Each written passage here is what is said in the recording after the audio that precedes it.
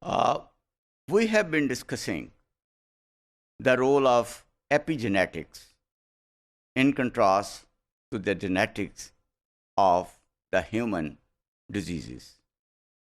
Now, today in this segment, we will discuss the DNA methylation in the tumor detection. That what is the role of methylation of DNA and how we can use it for detection of tumor in the human cells. Now, human tumors, they show the specific profile of hypermethylated tumor suppressor genes. The genes which have been suppressed by the hypermethylation of the DNA. And usually what happens that one or more genes are hypermethylated in every tumor type. There are different tumor types which we come across, and these are hypermethylated DNA, and we will discuss in this that how these genes they become the indicator of the tumors.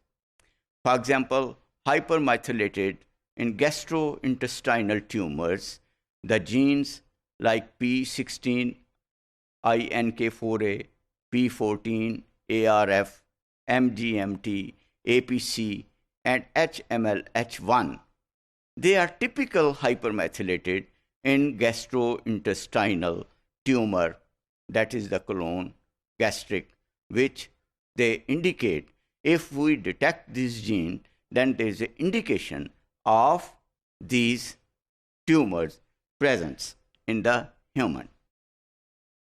Now, aerodigestive tumor types are such as lungs, head and neck. They have the different pattern of hypermethylated genes. And these genes, they include DAPK, MGMT, P16INK4A, as discussed previously, but not HMLH1 or P14ARF. So if we don't detect these genes, then we get a specific pattern of hypermethylated genes present in the human tumor. Now, in the breast and ovarian cancer, BRCA1, GSTP1, and P16INK4A, previously, they are methylated in the breast and ovarian cancer.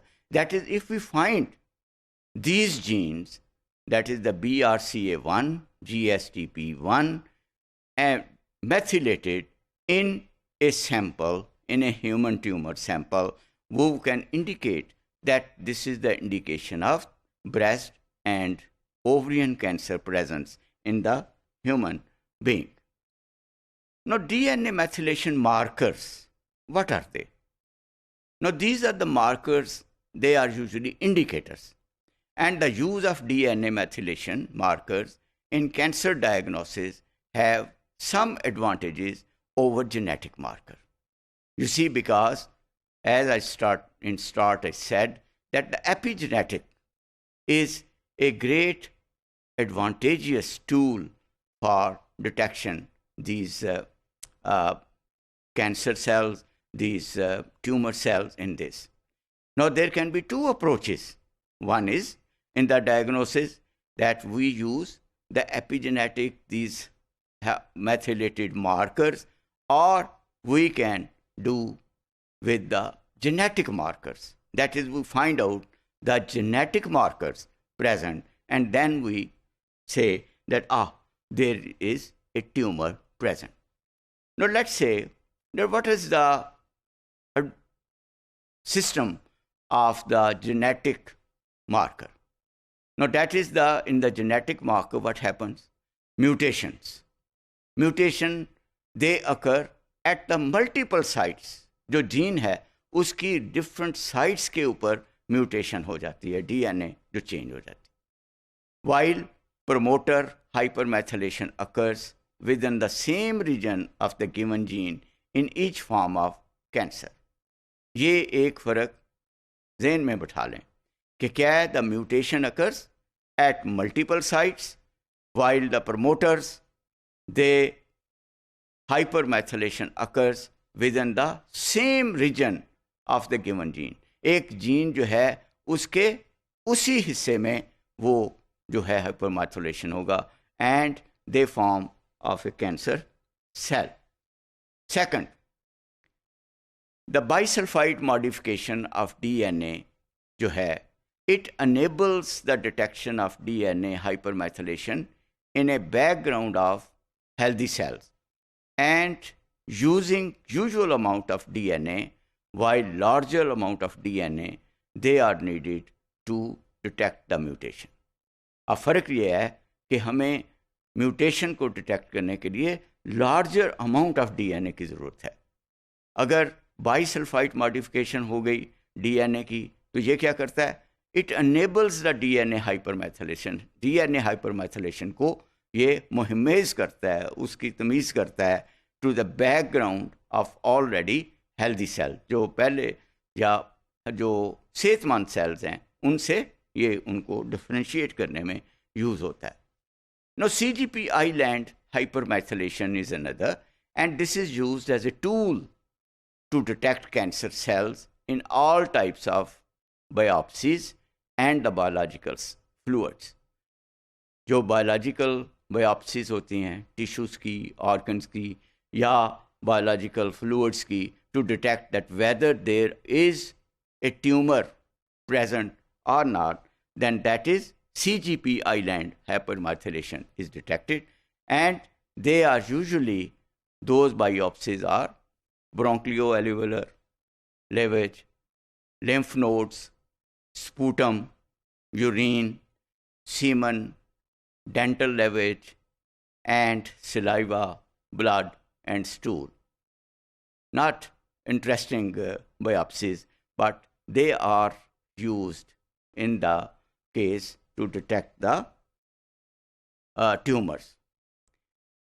Now, in the end of the last century, that in 1999, there has been a launch of new line of research for diagnosis of these cancer cells. And in 1999, what happened? That the first time screening was done for hypermethylated promoter loci in the serum of DNA from lung cancer patient. Lung cancer patient जो थे उनका serum लेके तो hypermethylated promoters loci they were detected to make the diagnosis of the tumor cells.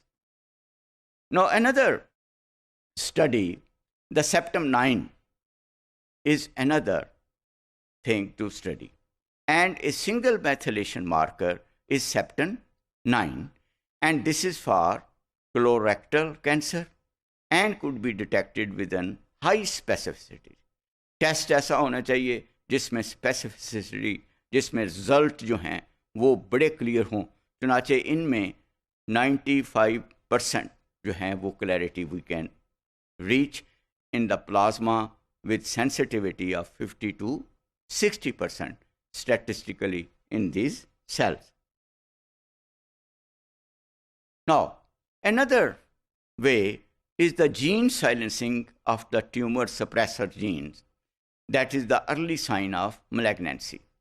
जब early sign malignancy का होगा तो उसमें क्या है कि gene silencing of tumor suppressor that can be done and often found in the early stage of tumor progression and is present in the pre-malignant lesion.